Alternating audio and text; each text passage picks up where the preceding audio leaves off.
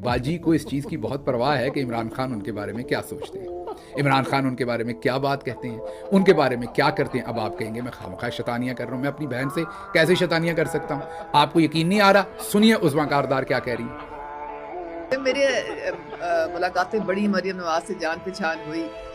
कई दफा उन्होंने मुझसे पूछा भाई बताओ तो सही मेरे मुतालिक क्या कहता था वो। आपसे पूछा? अच्छा मैं पहले तो घबराती थी, मैंने कहा नहीं मैंने नहीं बता रहा। अच्छा। जाहिर है कोई अच्छी बात तो नहीं उसके मुंह से निकली होगी ना। नहीं बताओ मुझे वो क्या कहता था।